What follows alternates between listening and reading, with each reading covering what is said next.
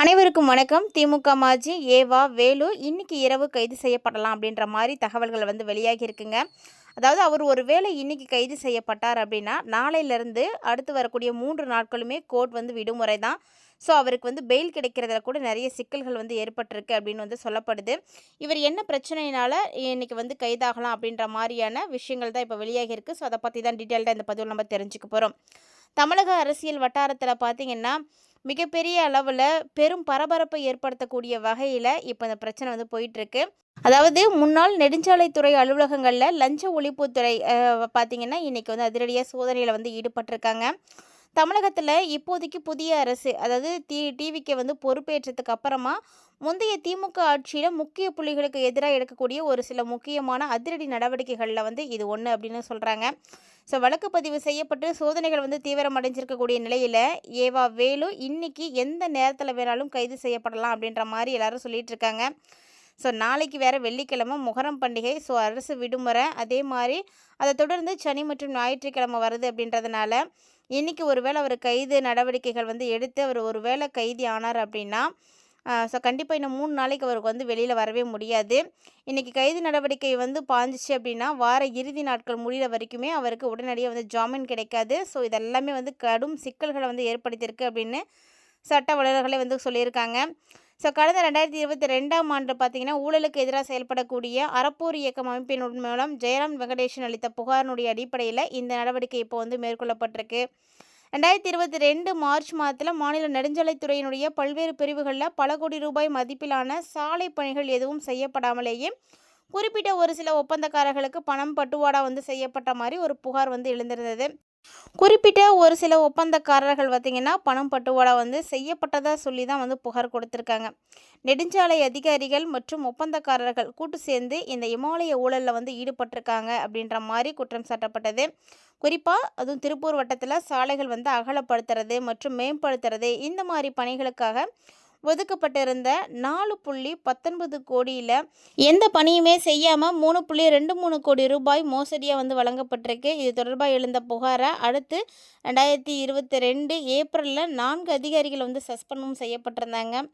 So அறப்போர் இயக்கம் தன்னுடைய புகாரில் மற்றும் ஒரு அதிர்ச்சி தகவலை குறிப்பிட்டிருந்தது என்ன அப்படின்னா, அதிகாரிகள் மீது கிரிமினல் நடவடிக்கை எடுப்பதற்கு பதிலாக 2022 ஏப்ரல் 8ஆம் தேதி நள்ளிரவில் பலத்த போலீஸ் பாதுகாப்போடு சம்மந்தப்பட்ட சங்கரநாத் N4 ஒப்பந்தக்காரர்கள் அவசரமாக சாலைகளை அமைத்தாங்க இல்லையா, அது எப்படி உண்மை?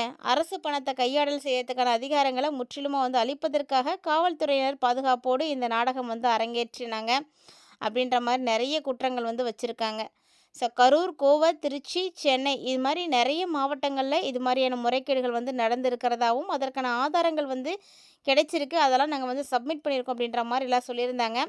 ஸோ இதை தொடர்ந்து பார்த்திங்கன்னா கடந்த ஜூன் 23, 2026 அன்னைக்கு தமிழக அரசு இந்த வழக்கை விசாரிக்க லஞ்ச ஒழிப்புத்துறைக்கு அதிகாரப்பூர்வமாக ஆணையிட்டாங்க.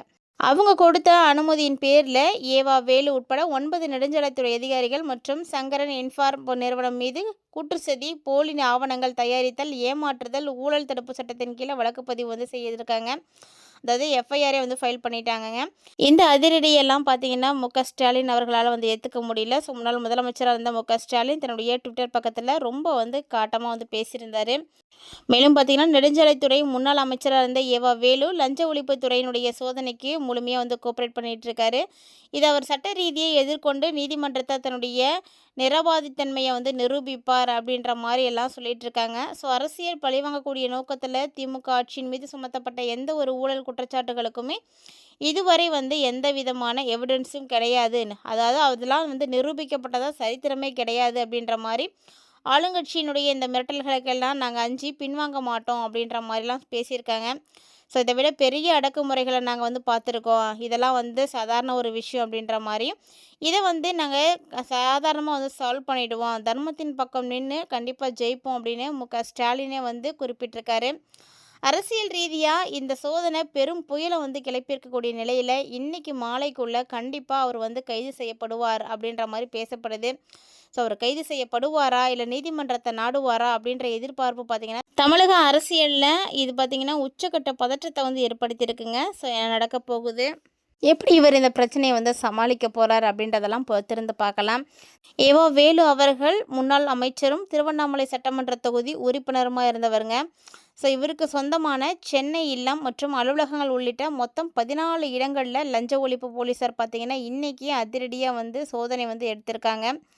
கடந்த 2022ஆம் ஆண்டில் ஸ்டாலின் அமைச்சரவையில் ஏவா வேலு பொதுப்பணித்துறை மற்றும் நெடுஞ்சாலைத்துறை அமைச்சராக வந்து இருந்தார். அந்த சமயத்தில் பல்வேறு விதமான முறைகேடுகள் வந்து நடந்திருக்கு அப்படின்ற மாதிரி புகார் போனதுனால இந்த விஷயம் வந்து இப்போ நடக்குதுங்க.